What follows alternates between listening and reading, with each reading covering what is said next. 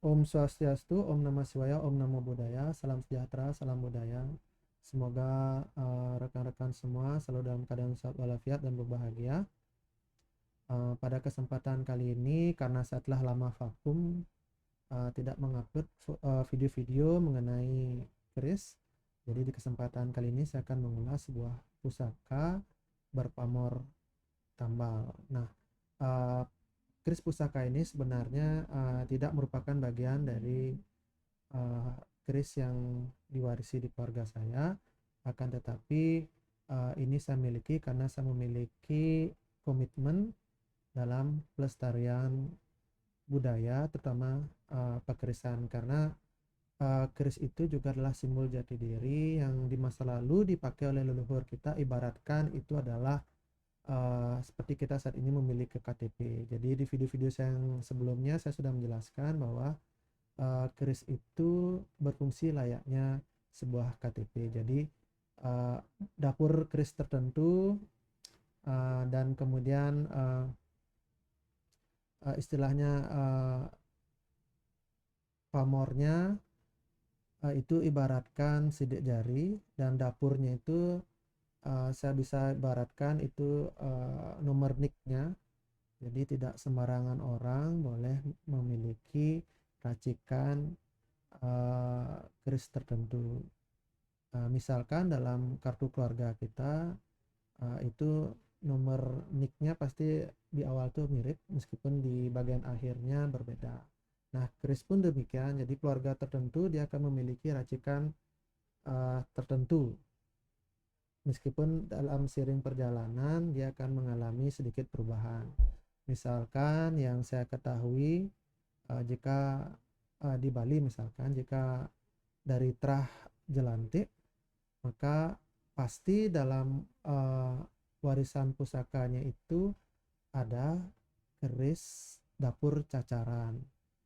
Nah, dalam keluarga tersebut, jadi mereka akan diwariskan keris cacaran, meskipun semua dari umpamanya saya dan Anda satu waris dan kita diwarisi keris yang sama, itu tidak akan sama persis. Jadi ada perbedaan-perbedaan sedikit, akan tetapi yang sama adalah dapurnya. Jadi demikian juga seperti nomor NIK itu, bagian awalnya pasti sama, sedangkan bagian akhirnya mungkin ada perbedaan untuk istilahnya mengetahui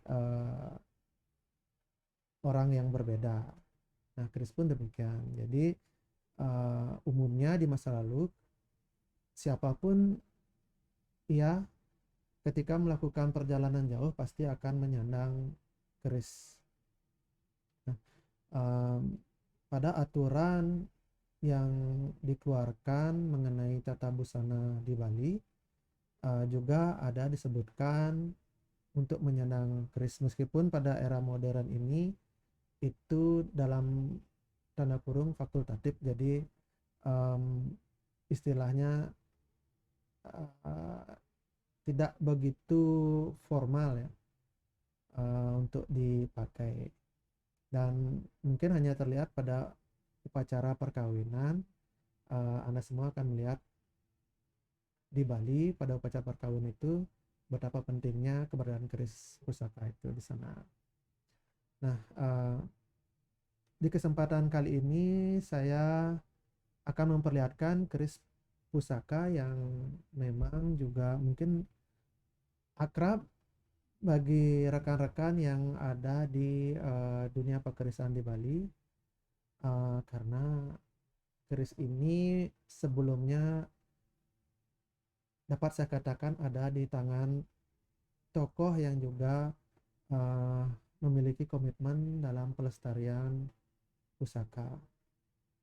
Nah, singkat cerita, keris ini kemudian sampai ke tangan saya melalui orang ketiga. Jadi ini ternyata kerisnya berpamor tambal. Awalnya saya menduga bahwa keris ini bukan keris Bali karena condongnya itu cenderung seperti keris Jawa. Tapi konon kata dari pemilik sebelumnya bahwa ini memang keris Bali, dan yang bersangkutan juga dapat dikatakan pakar. Untuk mengetahui pasti mungkin butuh diteliti lebih mendalam. Jadi keris ini berdapur Kebu Teki atau Mahesa Teki. Sebenarnya Mahesa itu adalah simbol suci, atau entah mengapa juga diterjemahkan kebo, karena Mahesa itu juga bermakna lembu.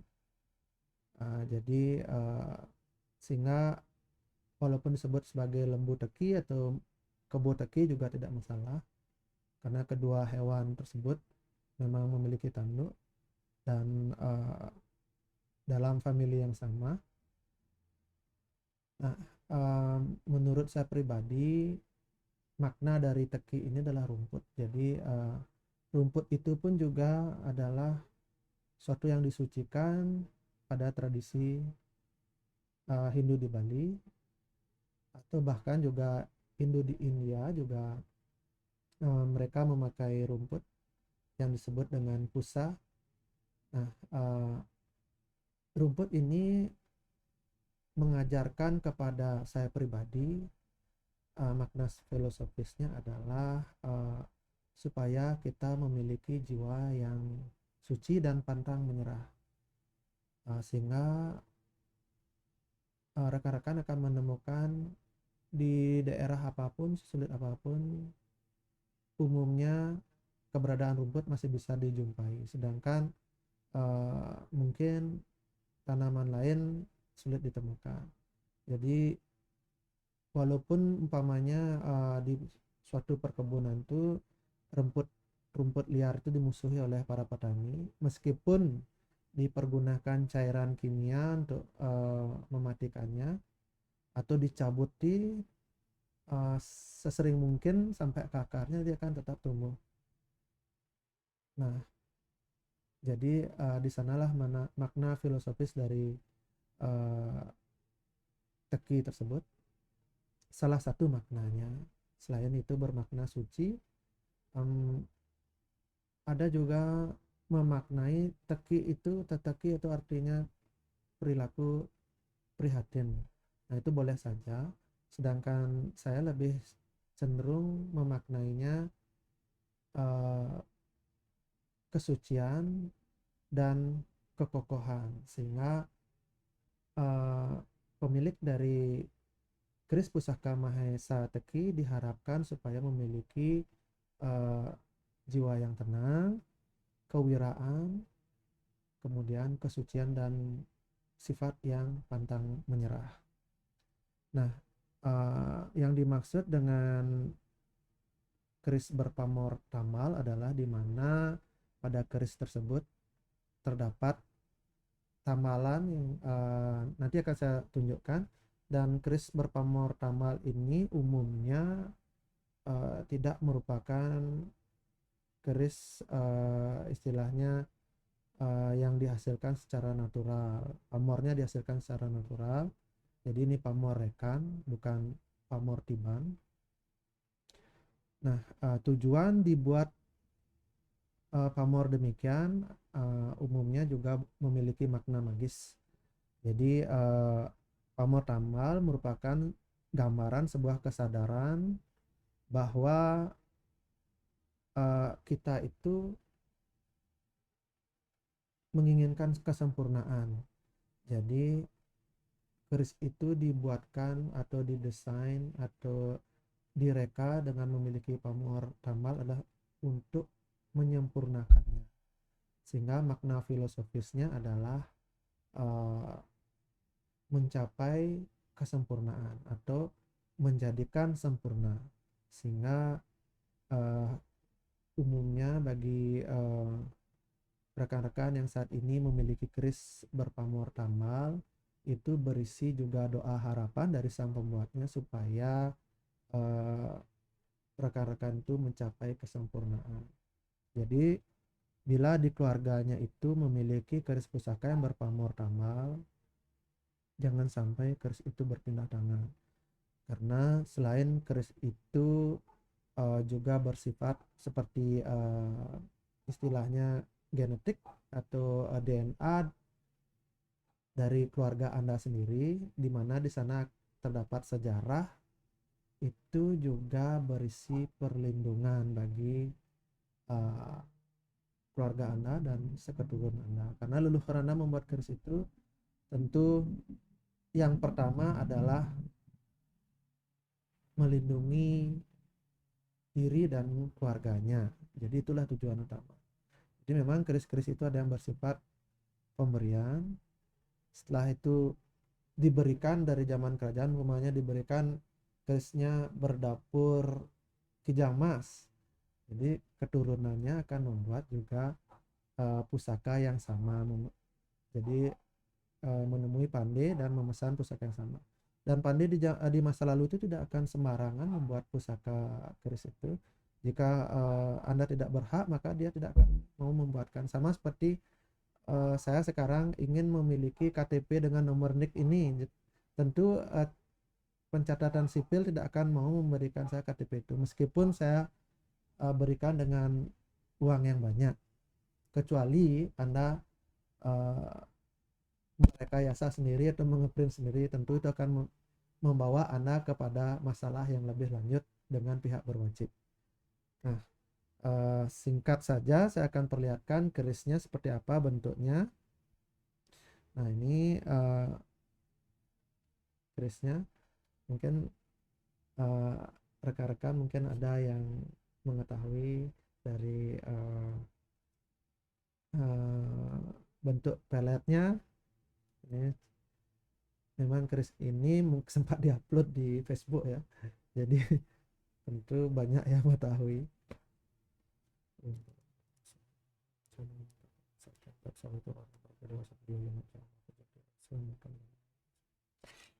Nah, ini kerisnya. Jadi keris ini sangat luar biasa. Sebenarnya ternyata keris ini berisi pamor Raja Gundala. Jadi ada di bawahnya seperti kalau saya lihat ini seperti rupa gini ya, kilin ya, binatang mitologi Cina. Ya, ini jadi ada dekat di atas ganjan ini ada pamor tambar. Entah ini bisa dilihat apa tidak dari tampaknya tidak bisa dilihat ya secara langsung ya.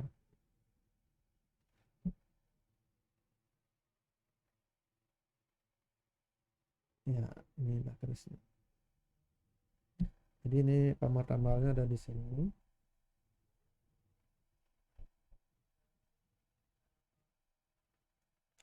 Nah, ini dari tegaknya ini saya sempat meragukan bahwa ini keris Bali, tapi setelah saya cocok-cocokkan dengan keris pusaka keluarga saya yang merupakan salah satu juga simbol keluarga, yaitu keris Kalamisani, ternyata condongnya hampir serupa. Jadi saya duga ini memang keris kuno yang dibawa dari Jawa ya, ke Bali, era-era Singosari atau Majapahit.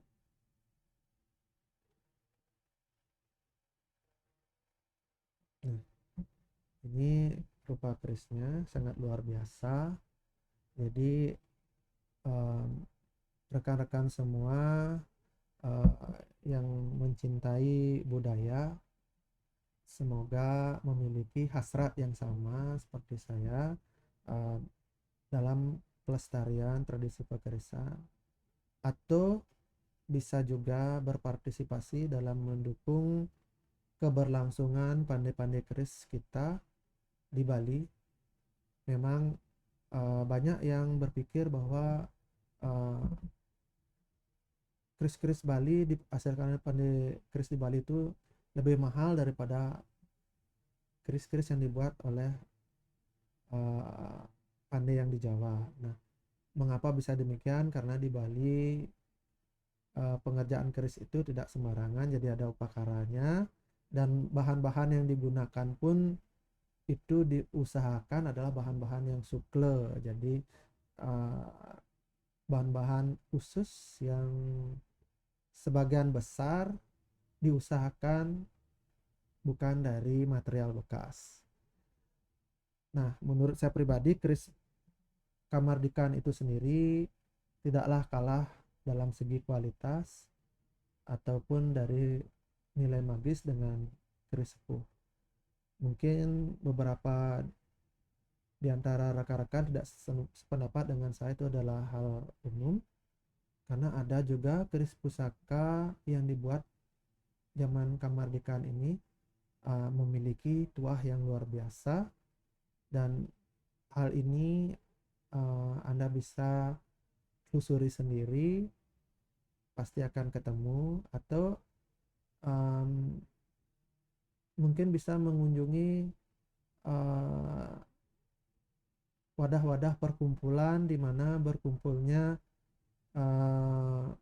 orang-orang yang mencintai dunia pekerisan. Di sana Anda bisa bertanya tentang kisah-kisah pengalaman mengenai keris Kamardikan yang juga memiliki tuah yang luar biasa. Jadi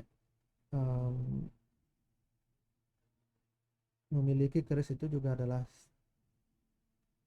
ada campuran unik yang terlihat seperti kebetulan.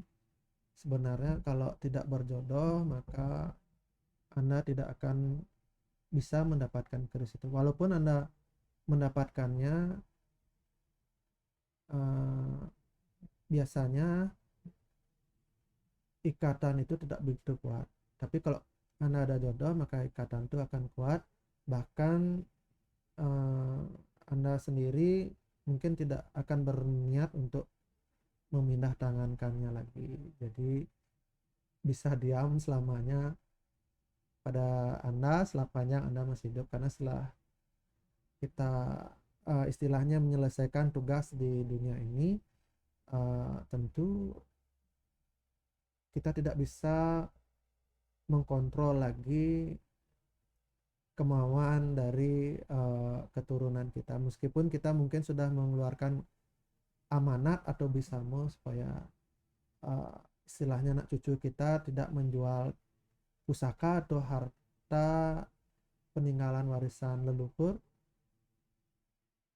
Tentu kita juga tidak bisa memprediksi bahwa mereka akan mau mengindahkan apa yang kita wajangkan, karena mungkin seiring waktu yang berlalu dan perputaran nasib yang berbeda,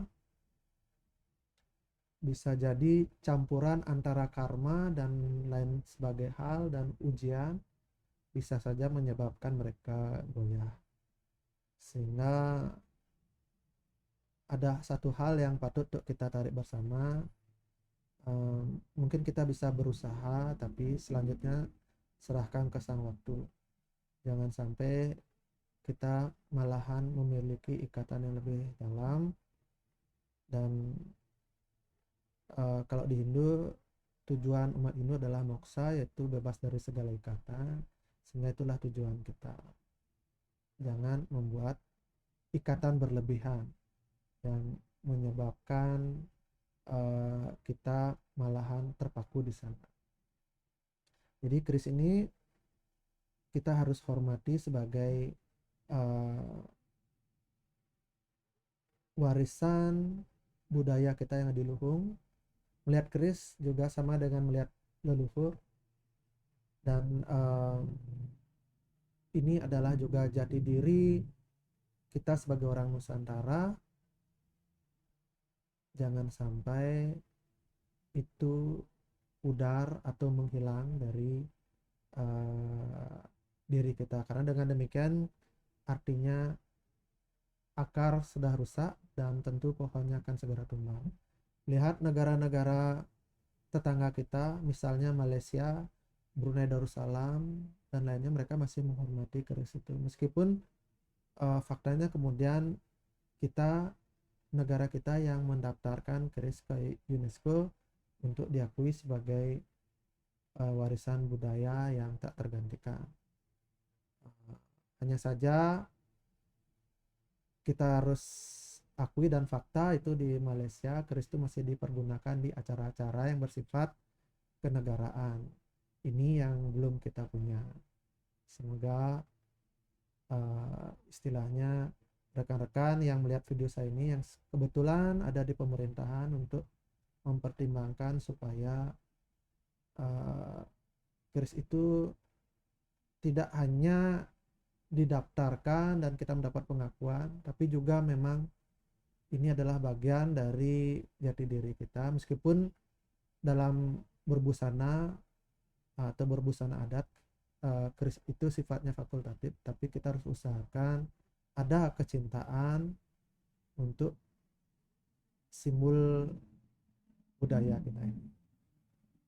Ini dalam waktu kita akan bertemu kembali. Jadi karena saat ini saya tidak mempersiapkan kamera yang lain sehingga keris ini bisa kita lihat lebih detail. Jadi di lain waktu saya akan perlihatkan lagi keris ini dan kita lihat pamor damal seperti apa, dan yang mana yang saya sebut Raja Gundala yang tampak seperti naga atau kilin itu akan terlihat lebih jelas nanti pada video di kesempatan berikutnya. Ini demikian dari saya. Tetap semangat dan semoga beruntung. Selalu seperti makna teki itu, selalu pantang menyerah. Ya, saya tutup dengan Parama Santi. Om Santi Santi Santi. Sukses.